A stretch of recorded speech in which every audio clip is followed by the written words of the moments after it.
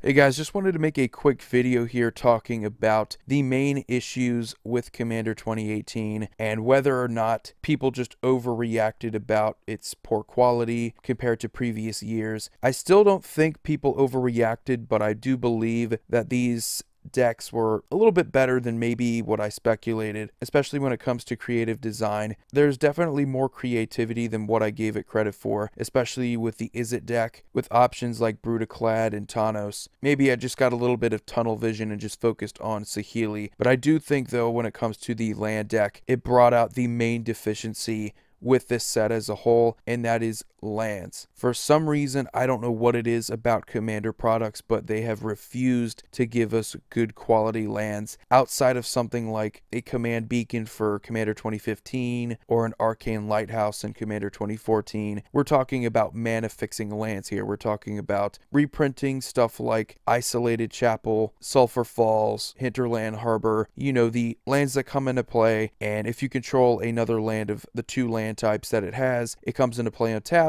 Something like those, they're not too expensive. I know they're seeing standard play right now, but even then they're not too expensive. You could easily just reprint them and you give actual value to this. We're not asking for fetch lands or shock lands. Those are pretty expensive and those do see modern play, so I wouldn't expect them to get reprinted, or at least all of them. But you could easily just reprint something like the Scry lands and you actually give value to the deck. Scry lands are incredibly playable in Commander, and they're definitely more valuable than just generic come into play taps for one of two colors. It's not any of the land types. It's not like a dual land. It's just a basic uncommon or common that you could get from Oath of the Gatewatch or something like that. Terrible land quality, which resulted in a lot of people complaining about this year's Commander decks, and I can't blame them for that. If there's one complaint that overrules all of them, it's definitely going to be the one of reprint value when it comes to lands. It may not be reprint value overall. They may have done a better job than what I gave them credit for, but definitely when it comes to the lands, they dropped the ball. And I have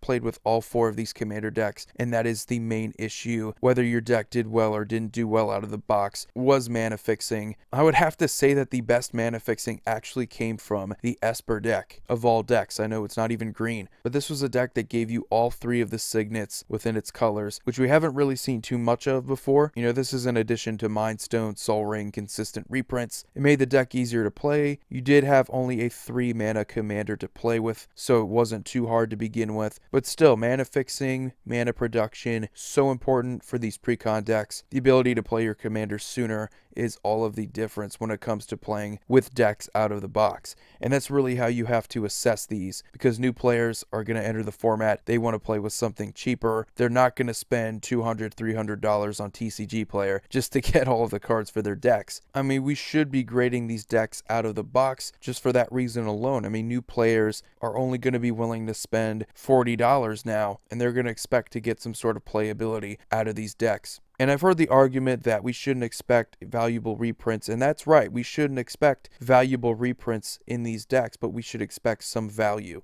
There's a big difference, because this is a product that is intended for all Commander players. It's sort of like any business in the history of businesses. You're going to want to cater to your returning customers. Commander as a product is going to want to benefit from the returning players. Seeing as we're already on Commander 2018, this has been going on since 2011. Think of all the returning players that are going to be playing Commander. I mean, people have been playing Commander for a long time now, since it was branded, since the product came out. I find it hard to believe that this is only going to be for new players, and we shouldn't expect this to be just for them. When these are brand new Commanders that are coming out, we're not talking about reprinting legendary creatures like Prosh or bringing back old ones, just making reprint decks. No, this shouldn't be intended for new players. This should also be intended for returning ones. It's a completely ridiculous argument to make that we shouldn't expect any value in these. We should expect some, maybe not a doubling season reprint or anything crazy like that, or the fetch lands, but we should expect some decent value lands nevertheless. But anyway, that's just me letting off some steam here. You guys have a wonderful day. Let me know what you think about the lands from Commander 2018. Void here signing off. See you all next video.